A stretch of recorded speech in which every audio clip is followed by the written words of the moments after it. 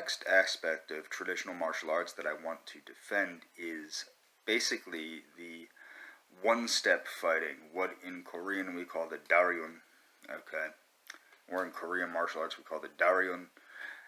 It's also called one-step fighting or one-step kumite. Kumite means fighting in Japanese. So, why am I defending this? Well, what people don't understand is this is how some of the most elite fighting or elite killing systems are taught, such as Defendo and the Marines are taught this, and Navy SEALs are taught one-step fighting.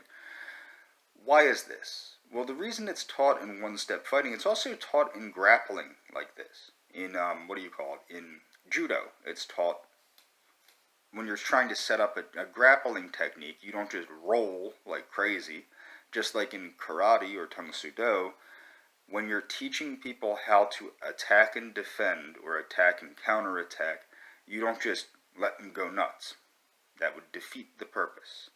But for some reason, grappling does seem to get a pass. Judo, jiu-jitsu, things like that, they do seem to get a pass.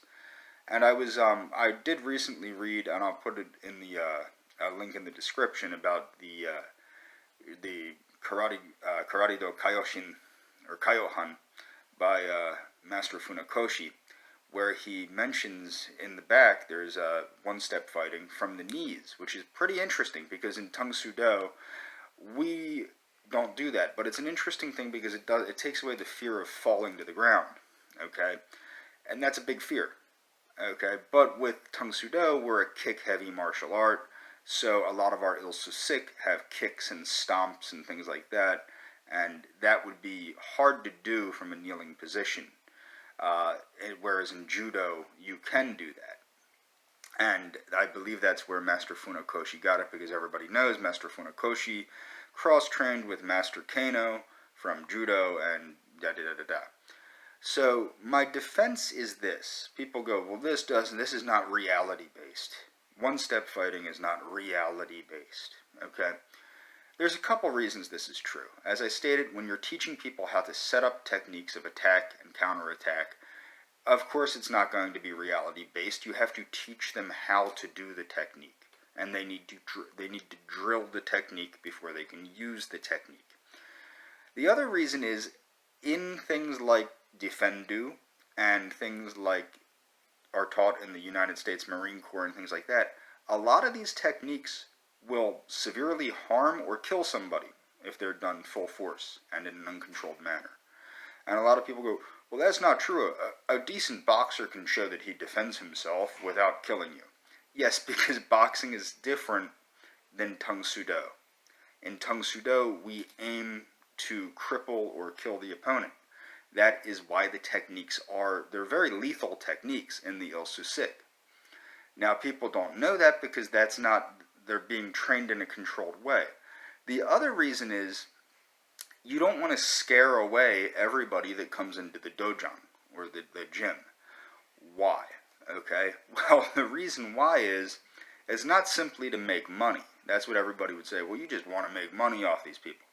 No, the reason why is because karate, or Tang Soo Do, or martial arts in general, are many things to many people. Okay? Some people might not be coming to a karate class strictly for self-defense. It might be character development and total self-development.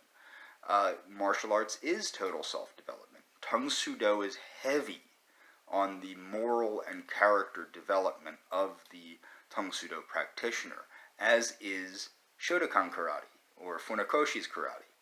So the thing is, these techniques are taught in this manner because it's a controlled manner where nobody's going to get killed. Okay? And when people say, well, how do you know these techniques are lethal?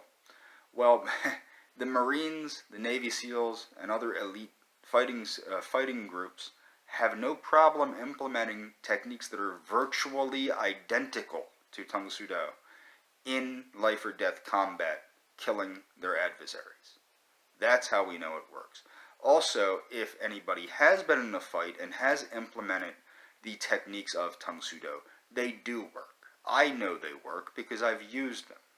Okay, I have basically harmed people that have tried to harm me, okay, with these techniques, okay?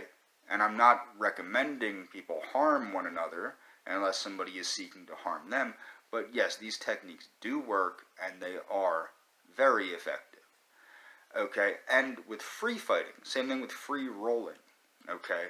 In grappling, people roll. After they get the techniques down, they openly roll. In Tang Soo Do, we openly free fight. Most Americanized Tang Soo Do schools that teach American Tang Soo Do, and I actually have to hand it to Wikipedia, they're getting a lot better. I'll leave a link to what American Tang Soo Do is in the description. We teach, okay, or we were taught every stage of fighting, from long distance fighting to clinching to grappling, okay? Tang Soo Do does teach grappling, but it's ground and pound type grappling. You're going to put the person out with the techniques. You're aiming to smash their head, smash their ribs, smash whatever.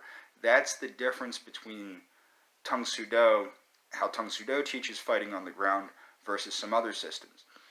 And the truth is, in striking style martial arts, you don't want to be on the ground.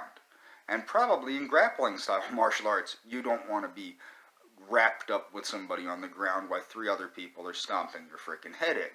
So in striking style martial arts like karate or Tang Soo Do, you get on the ground if you have to, take care of business, and get back up to the dominant position.